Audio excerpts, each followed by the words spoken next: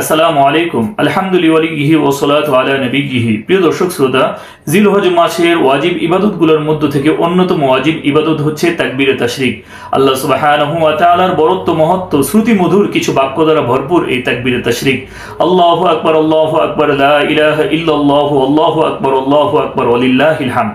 প্রিয় দর্শক শ্রোতা, আজকের এই ভিডিওতে আমরা তাকবীরে তাশরিকের কিছু গুরুত্বপূর্ণ মাসলা মাসাইল আলোচনা করব।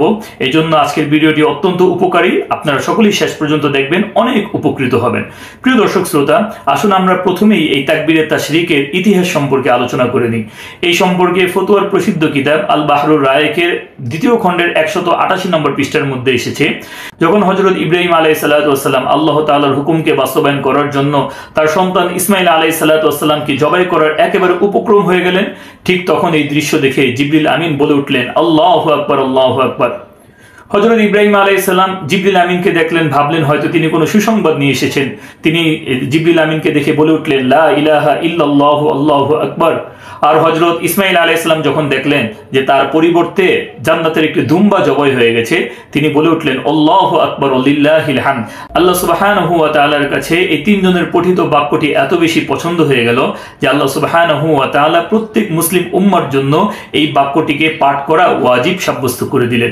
এই জন্য উলামায়ে কেরাম বলেন, জিলহজ মাসের 9 তারিখ ফজর থেকে নিয়ে 13ই জিলহজ আসর পর্যন্ত মোট 23 ওয়াক্ত নামাজ, প্রত্যেক ফরজ নামাজের পর প্রত্যেক মুসলিম নরনারী, চাই সে মুকিম হোক, চাই সে মুসাফির হোক, চাই সে একা একি নামাজ আদায় করুক, চাই সে জামাত বন্ধ হয়ে নামাজ আদায় করুক, প্রত্যেক ফরজ নামাজের পর একবার তাকবীরে তাশরিক পাঠ করা ওয়াজিব।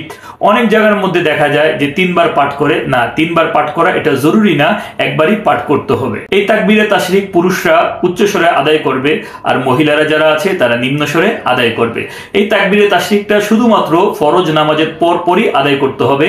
সুন্নত, নফল, বিতরের নামাজ আদায় করার পর তাকবীরে তাশরিক পাঠ করা এটা আবশ্যক নয়। কোনো ব্যক্তি সালাম ফিরানোর পর মসজিদের মধ্যে থাকা অবস্থায় সে যদি তাকবীরে তাশরিক পাঠ করতে ভুলে যায়, তাহলে সালামের পর সে যতক্ষণ পর্যন্ত মসজিদের মধ্যে থাকবে ততক্ষণ পর্যন্ত তাকবীরে তাশরিক পাঠ করার সুযোগ আছে। কিন্তু একবার যদি মসজিদ থেকে বের হয়ে যায়, তাহলে আর তাকবীরে তাশরিক পাঠ করার সুযোগ নেই, বরং এই পাঠ না করার কারণে তারা সকলেই গুনাহগার বলে সাব্যস্ত হবে। এই জন্য তাকবীরে তাশরিক আমরা যদি একজন ভুলে যাই, তাহলে একজন উচ্চ স্বরে পাঠ করে আরেকজনকে স্মরণ করিয়ে দেওয়াটা বাঞ্ছনীয়। তাকবীরে তাশরিক মাসবুক ব্যক্তির জন্য পাঠ করা আবশ্যক। তার মাসবুক ব্যক্তি যখন তার ছুটে যাওয়া নামাজগুলোর জন্য সে দাঁড়াবে, দাঁড়িয়ে যখন তার ছুটে যাওয়া নামাজগুলোকে শেষ করবে, সালাম ফেরানোর পর পরে তার জন্য তাকবীরে তাশরিক পাঠ করাটা ওয়াজিব। এমনি ভাবে তাকবীরে তাশরিকের দিনে আপনার যদি কোনো ফরজ নামাজ ছুটে যায়, পরবর্তীতে যদি আপনি এই ফরজ নামাজগুলোকে কাজা আদায় করতে চান, তখন আপনার জন্য কাজা নামাজ আদায় করার পরও এই তাকবীরে তাশরিক পাঠ করা ওয়াজিব। তাছাড়া এই তাকবীরে তাশরিক ঈদুল আজহার দিন ঈদগাহে পৌঁছার আগ পর্যন্ত মুসল্লিরা বিভিন্ন পথে পথে জায়গায় জায়গায় উচ্চ স্বরে এই তাকবীরটি পাঠ করবে। আল্লাহু আকবার, আল্লাহু আকবার, লা ইলাহা ইল্লাল্লাহু, আল্লাহু আকবার, আল্লাহু আকবার ওয়ালিল্লাহিল হামদ।